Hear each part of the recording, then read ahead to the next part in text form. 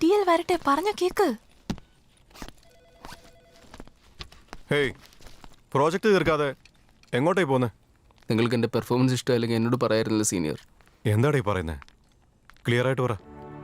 അതെ, നിന്റെ പെർഫോമൻസ് ശരിയല്ല, നിന്റെ project not good, go and develop skills എന്ന് പറഞ്ഞ 6 മാസം ബെഞ്ചിലിരിക്കാൻ പറഞ്ഞു. ആരാ? നമ്മുടെ പ്രോജക്ട് മാനേജറാ. നിക്ക്, ഞാൻ വരാം. May I come in? Come Shakti, take a seat. Without my knowledge എന്റെ ടീം മെമ്പറിനെ നിങ്ങൾ ബെഞ്ചിലോട്ട് മാറ്റിയേ? ഹേ കൂൾ, അത് നിന്റെ ടീം തന്നെയാ. പക്ഷേ ഇവിടെയുള്ള 5 ടീമിന്റെ ഹെഡ് ഞാനാ. So I can make my decisions and my own. എന്തടിസ്ഥാനത്തിലായി തീരുമാനം?